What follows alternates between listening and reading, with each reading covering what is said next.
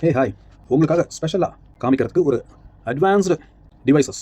எப்போன்னா 2000 இயர்லி 2000 இதெல்லாம் ரொம்ப அட்வான்ஸ்டு மாடல்ஸ். நேற்று பார்த்தோம் இல்லையா, நேற்று 2 மொபைல் காமிச்சேன்ல உங்களுக்கு. வேறு மாதிரி மொபைல், ஆனால் ஒரே மாதிரி மொபைல். இன்றைக்கும் அதோடைய வெர்ஷன் தான், பட் எப்படி இருக்குன்னு பார்க்கலாம். ஸோ நோக்கியா எனக்கு ரொம்ப ஒரு பிடிச்ச ஒரு மொபைல் கம்பெனினா அது நோக்கியா தான். ஏன் எனக்கு மட்டும் இல்லை, பல பேருக்கு அந்த கம்பெனி பிடிக்கும். ஏன்னா அந்தளவுக்கு அதில் டிஃப்ரெண்ட்டான வெரைட்டிஸ் மாடல்ஸ் பார்க்கறதுக்கே ரொம்ப அற்புதமான மாடல்ஸ் இருக்கும்.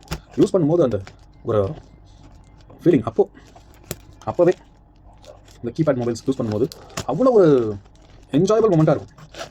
என்ன சொல்லப்போனால் மொபைல்ஸ் எல்லாமே ஒரு அப்டேட் தான். அதுக்கு முன்னாடி பேஜர் இருந்தது, கீபோர்ட் இருக்கிற, அதாவது கீபேட் இருக்கிற மொபைல்ஸ் இருந்தப்போ கூட ஓரளவுக்கு எல்லாருக்கும் வேலை இருந்ததுன்னு தான் சொல்லலாம். என்னென்னா அதுக்கு முன்னாடி சின்னதாக ஒரு விரிவாக்கம் கொடுக்குறேன். இயர்லி 80s வேலை தட்டுப்பாடு, அதாவது வேலைக்கு கிடைக்காது, அவ்வளோ சீக்கிரம் வேலை கிடைக்காது. உலக அளவில் அப்படி இருந்தது. வேலை இல்லாமல் மக்கள் அவ்வளோ கஷ்டப்பட்டு இருந்தாங்க. பஞ்சம் அந்த மாதிரிலாம் வர ஆரம்பிச்சது. அதாவது பஞ்சம்னா சாப்பாடு கூட வழி இல்லாமல் ஏகப்பட்ட பேர் இருந்தாங்க. வேலை இல்லா திண்டாட்டம் ரொம்ப அது ஒரு கொடூரமான காலம்னு வச்சுங்களேன். ஒரு 70s 80s அந்த காலகட்டங்களில் அந்தளவுக்கு ரொம்ப. அதுக்கு முன்னாடி 60 காலகட்டங்கள், அதுக்கு முன்னாடி 40 காலகட்டங்கள், அப்போல்லாம் பார்த்தீங்கன்னா, அதாவது வெள்ளைக்கார ஆட்சி இருந்தது இல்லையா, அப்போல்லாம் கூட எல்லாருக்கும் உணவு இருந்தது. சுதந்திரத்துக்காக போராடி அடி வாங்கினாங்களே தவிர உணவு இல்லாமல் ரொம்ப பஞ்சம் அப்படின்லாம் எதுவும் பெருசாக கிடையாது. ஓரளவுக்கு எல்லாருமே சாப்பாட்டுக்கு வழியோடு இருந்தாங்க. சாப்பாடு வழி இல்லாமலாம் அந்தளவுக்கு பெரிய இதெல்லாம் கிடையாது. அப்போ என்னடா நேரில் பார்த்த மாதிரி சொல்கிறேன் அப்படிங்கிறீங்களா? அதெல்லாம் சில நியூஸ்லாம் பார்க்குறோம், அதில் இருந்து கொஞ்சம் சொல்கிறோம், அவ்வளோதான். ஸோ அதுக்கு அடுத்தது 60 காலகட்டம் வரைக்கும் எல்லாருக்கிட்டையும் கொஞ்சம் நிலம் இருக்கும். ஒரு சின்ன எல்லாருமே சொந்த வீடாக இருக்கும். அதிகபட்சம் வாடகை வீடுங்கிறதே ரொம்ப கம்மி தான். எல்லோரும் அதிகபட்சம் ஒரு சின்ன குடிசையாவது போட்டு சொந்த வீடாக இருந்தாங்க. சொந்த இடமா இருக்கும், நிலம் சின்னதாக ஒரு நிலம் இருக்கும். ஒரு கால் காணி, ஒரு சின்ன ஒரு சென்ட் 2 சென்ட் இடத்துல லைட்டாக அந்த காய்கறியெல்லாம் விளைய வச்சு அந்த மாதிரி மாடு இருக்கும். எல்லா வீட்லையும் மாடு இருக்கும், ஆடு கோழி இந்த மாதிரி இருக்கும். ஸோ இந்த மாதிரி இருக்கும்போது அவங்க எல்லாருமே தற்சார்பாக இருந்தாங்க. அரிசியில் நான் கூட மற்ற காய்கறிகளை வச்சு, கறியை வச்சு, முட்டையை வச்சு இப்படி பசி ஆக்கிட்டு இருந்தாங்க. அதுக்கு அடுத்தது எப்போ இந்தியாவுக்குள்ளே இந்த ஃபோன் வந்ததோ அப்போ கொஞ்சம் லேண்ட்லைன் ஃபோன் வந்தப்போ அந்த கடிதம் எழுதுகிற முறை லைட்டாக கம்மியாச்சு. மற்றபடி இந்த க்ரீட்டிங் கார்டு, வாழ்த்து மடல் அப்படிலாம் நிறையா இருக்கும். அந்த மாதிரி அதுக்கான ப்ரெஸ்ஸு, வாழ்த்து மடல், அந்த க்ரீட்டிங் கார்டில் பல வகை இருக்கும். அதில் நிறைய அப்டேட் வெர்ஷன். இப்படி ஓப்பன் பண்ணால் மியூசிக் வரும், இப்படி ஓப்பன் பண்ணால் தாஜ்மஹால் மாதிரி அந்த பேப்பர் ஒர்க் அப்படி நிற்கும். அந்த மாதிரிலாம் நிறையா இருக்குது. அப்போ இப்போலாம் க்ரீட்டிங் கார்டே எங்கேயும் பார்க்க முடியல. எனக்கு வந்த க்ரீட்டிங் கார்டு அப்படின்லாம் எதுவும் கிடையாது. ஏன்னா நான் என்ன ஃபிகராக எனக்கு க்ரீட்டிங் கார்டு நிறையா வரதுக்கு. எனக்கு ஒரே ஒரு க்ரீட்டிங் கார்டு வந்தது, அதுவும் எங்கே இருக்குன்னு தெரியல. சரி, அதுக்கப்புறம் லேண்ட்லைன் ஃபோனுக்கு அடுத்தது கார்ட்லெஸ் ஃபோன். அதாவது லேண்ட்லைன் ஃபோன் தான், அதுவும் ரிசீவர் மட்டும் தனியாக எடுத்துகிட்டு அதில் தனியாக ஒரு பேட்டரி போட்டுருப்பாங்க. அதை வச்சு பேசிட்டு வீட்டுக்குள்ளேயே ஒரு ரேஞ்ச், ஒரு ஃபஸ்ட் ஃப்ளோரில் ஃபோன் வச்சிருக்காங்க, இல்லை கிரவுண்ட் ஃப்ளோரில் வச்சிருக்காங்கன்னா மாடி வரைக்கும் அந்த கார்ட்லெஸ் ஃபோன் எடுத்துகிட்டு அந்த ரிசீவர் மட்டும் பேசிட்டு இருப்பாங்க. அதுக்கு அடுத்தது பேஜர்ஸ் வந்தது. பேஜர் ஒரு வருஷம் தான் இருக்கும் இங்கே. பட் ஃபாரின்லாம் பேஜர்ஸ் ஒரு 10 வருஷமாக மேலே யூஸ் பண்ணிட்டு இருக்காங்க. இங்கே இந்தியாவுக்குள்ளே பேஜர் ஒரு வருஷம் தான் இருக்கும். அதாவது இந்த டெக்னாலஜி ஃபஸ்ட் கியர் போட்டால் செகண்ட் கியர், தேர்ட் கியர் அப்படி டக்குன்னு போகிற மாதிரி அந்த அளவுக்கு வளர்ச்சி. அதாவது அந்த சூட்டோட வேகம், அப்டேஷன், அதுதான் புதுசாக எதுவும் கண்டுபிடிக்கல, அப்டேட் தான் பண்ணிட்டு இருக்காங்க. அப்போது இந்த பேஜர் வந்தப்போ சின்னதாக க்யூட்டாக இருக்கும். உங்களுக்கு ஏற்கனவே நான் காமிச்சிருக்கேன் வீடியோஸில்.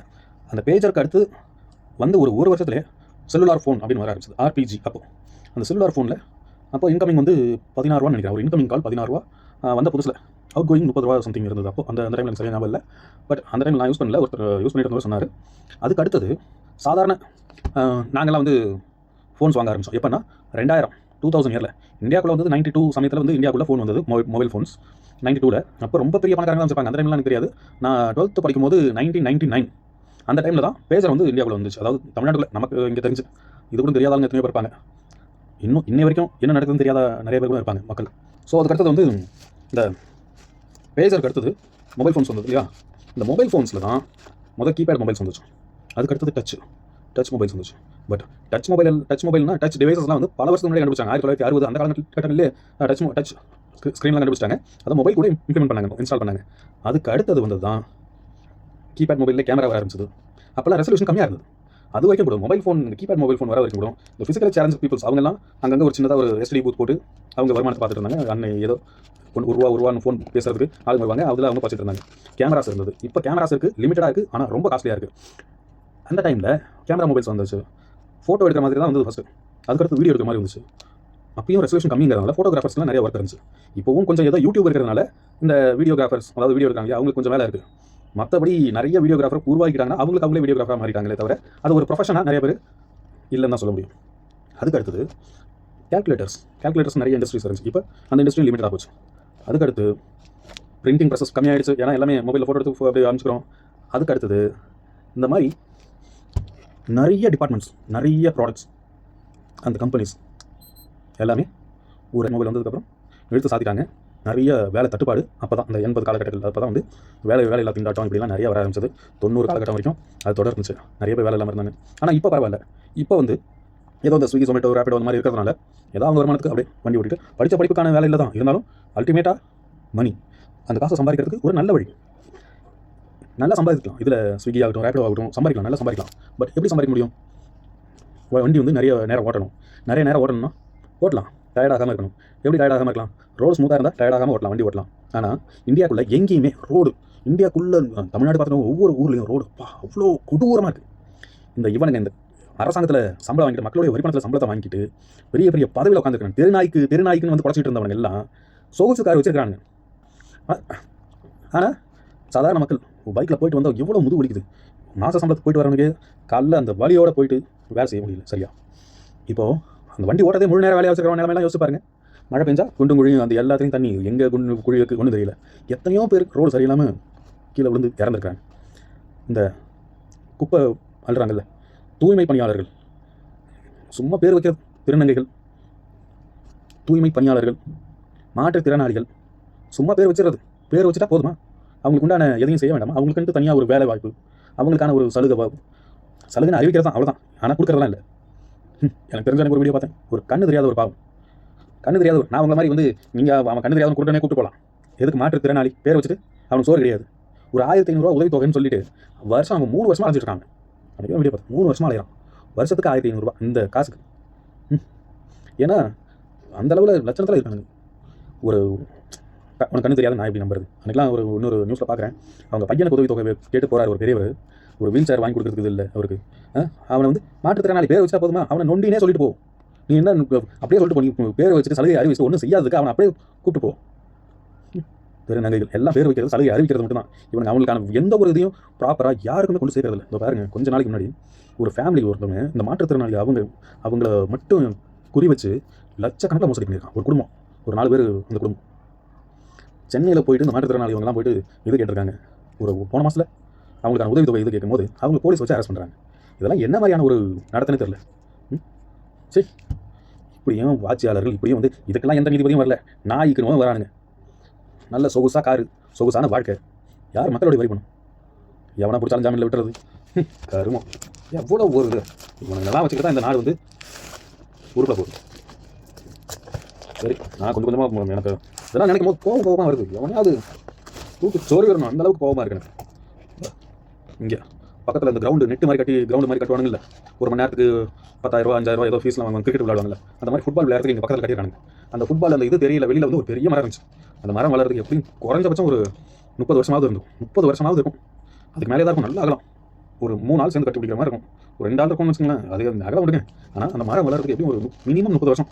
அந்த அளவுக்கு இருந்த மரத்தை ஒரு 1/2 நாளில் வெட்டிட்டானுங்க. ஏன்னா அந்த மரம் வந்து அந்த கோட்டை இது அந்த நெட்டை வந்து மறைக்கதான். அதனால் அதை வெட்டிட்டானுங்க. யாரை கேட்டு விட்டானுங்க? சரி. ஆனால் இந்த கவர்மெண்ட்டு இவனுங்க இந்த டெல்லியில் இருக்கிறாங்களே, மாசு கட்டுப்பாடு, நம்ம இதில் வந்து மாசு கட்டுப்பாடு தான்.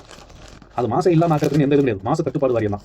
என்னென்னா மாசம் ஆகும், அதை கட்டுப்படுத்தணும், அவ்வளோதான். அதை நிறுத்தணுங்கிற எண்ணெல்லாம் கிடையாது உங்களுக்கு. இப்போ டெல்லியில் பாருங்கள், அப்படியே டெல்லி பூரா புகை மூட்டம். பனியான்னு பார்த்தா கிடையாது, வண்டி புகை. இதுக்கு அவங்களுக்கு சொல்யூஷன் பாருங்கள். எவ்வளோ ஒரு புத்திசாலி பாருங்க இவனுங்க. ஒரு நாளைக்கு ஒத்தப்பட நம்பர் கார் ஓடணுமா, அடுத்த நாள் வந்து ரெட்டப்பட கார் நம்பர் ஓடணுமா? என்ன மாதிரியான புத்திசாலி இவனுங்கலாம்? இப்போ 15 வருஷத்துக்கு பழைய வண்டியெல்லாம் வித்துடணும், அதெல்லாம் டீசல் போடக்கூடாது. எப்படியாப்பட்ட புத்திசாலிங்க பாருங்க இவனுங்கள. இந்தியாவின் தூண்கள் இதுங்களாம். இந்த கருமம் என்ன இது? இந்தியாவின் தூண்கள் மண்ணா கட்டிங்க. 15 வருஷத்துக்கு முன்னாடி இருந்த காரு இதெல்லாம் டீசல் போடலைன்னா மாசு கட்டுப்பாடு, அவ்வளோதான்.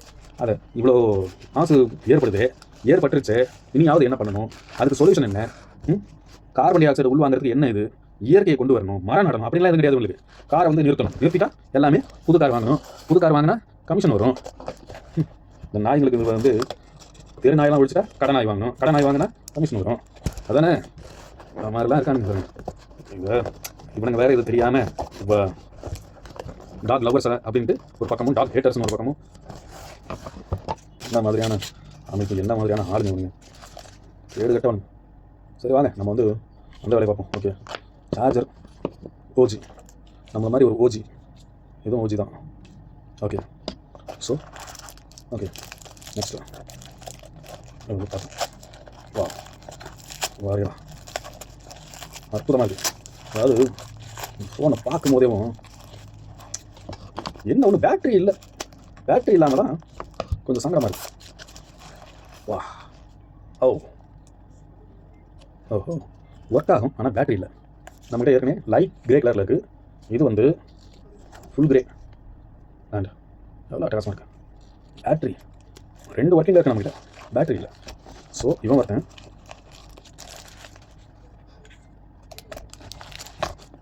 ஸோ வா வா ஸோ இவன் ஒருத்தன், இவன் இன்னொருத்தவன், இவன் இன்னொருத்தவன். இவன் என்னன்னா இவன் வந்து ஸ்லைடு மேலே எப்படி ஸ்லைடு, இந்த மாடல் நம்மகிட்ட இல்லை, அதனால தான் வாங்கினேன். ஸோ இது பார்த்தீங்கன்னா ஒரு டச் மாடலில் மொபைல். ஸோ இது வந்து ஆக்சுவலாக இன்னொரு 2-3 மாடல் இருக்குது இப்படி திருப்புற மாடல், அது வந்து கிடைக்கும் போது வாங்கி காமிக்கிறேன் உங்களுக்கு. இவனை வந்து நம்ம ஓப்பன் பண்ணலாம். இது எந்த பக்கம் பண்ணுறது? ஓஹோ பேட்டரி போடுறதுக்கான இங்கே. ஸோ இது எந்த மொபைல்? இது வந்து நமக்கு இந்த 5M பேட்டரி போடணும்னு நினைக்கிறேன். அதுவும் இல்லை, நம்மகிட்ட வேறு ஏதாவது பேட்டரி இருக்கா? இந்த பேட்டரி இது ரொம்ப குண்டு பேட்டரி. இது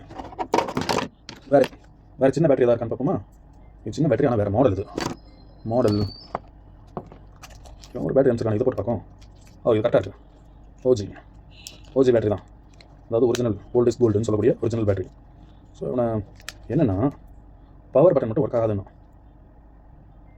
இந்த பவர் பட்டன் மட்டும் ஒர்க் ஆகாது, மற்றபடி இதெல்லாம் போட்டால் அது வரும். அது மட்டும் என்னென்னு செக் பண்ணணும், பார்க்கலாம் யாருக்காவது கொடுத்து ரெடி பண்ண முடியுமான்னு பார்ப்போம். அண்ட் இது வந்து இந்த பேட்டரி இருக்குது, பட் இது போட்டு பார்ப்போம். சார்ஜ் இருக்காது இல்லை, சார்ஜ். ஸோ இது இருக்குது, ஆன் பண்ணி பார்க்கலாம். ஸோ நம்மகிட்ட ஏற்கனவே இருக்கிறத போட்டு பார்ப்போம். இந்த பேட்டரி ஆக்சுவலாக அந்த 3 ஃபோனுக்குமே செட் ஆகும். இது ஏன்னா 3மே ஒரே மாடல் தான். ஸோ அதில் நம்ம வந்து பேட்டரி இருக்கா இல்லையா அப்படின்னு தெரியல, அது வந்து பார்க்கலாம். இது ஒர்க்கிங் மாடல் தான் இதுவும், பட் பேட்டரி வந்து நம்ம சார்ஜ் பண்ணிட்டு போடலாம். பேட்டரி வந்து நம்ம மொபைலில் போட்டு சார்ஜ் பண்ணலாம், தான் 2 சார்ஜ் கொடுத்துருக்கோம். ஸோ இது வந்து இன்னொரு மாடல், இது வந்து ரொம்ப ரேர் மாடல், ரொம்ப ரேர் மாடல். ரேட்டெல்லாம் கண்ணம்னு இருக்கும், நீங்கள் சும்மா தேடி பாருங்கள். இந்த மாதிரி மாடல்ஸ் ரொம்ப ஃபைன் பண்ணவே முடியாது, பட் விண்டேஜ் லவர்ஸ்க்கு இது ரொம்ப பிடிக்கும். ஸோ இது வந்து அதுக்கு அடுத்த மாடல், அதுக்கு அடுத்தது இந்த மாடல் நம்பர். பேட்டரி ரொம்ப டிஃப்ரெண்ட்டாக இருக்குங்க, பெரிய பேட்டரி. ஸோ இதுக்கான டோர் இருக்குது, இது வந்து அந்த மாதிரி தான். வாவ் செம்மையாக இருக்குல்ல, நல்லா இருக்கு.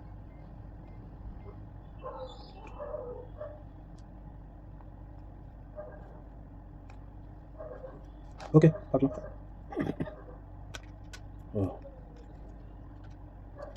இது வந்து சார்ஜர் காலின்னு தெரியல, ஆன் பண்ணி பார்த்தா தான் தெரியும் சார்ஜர் காணான்னு தெரியல.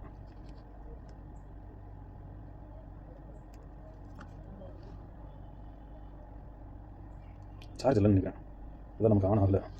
ஸோ இதுக்கான சார்ஜர் என்ன? இதுக்கான சார்ஜர் இதுவா? ஆமாம் இதுதான் சார்ஜர். போட்டு பார்ப்போம். இதையும் வைக்கிறேன், ஜஸ்ட் இது வைக்கிறேன். ஸோ இது வந்து நம்ம சார்ஜ் போட்டு பார்க்குறேன், ஒரு நிமிஷம். இன்றைக்கி நம்ம வாங்கின இந்த மொபைலில் சார்ஜ் ஏறுதா? ஸோ இது வந்து இருக்குது.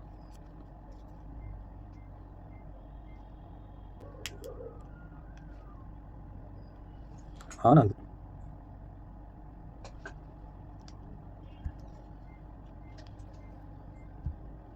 ஓகே, ஆனால் இதுதான் பிரைட்னஸ் இல்லையா?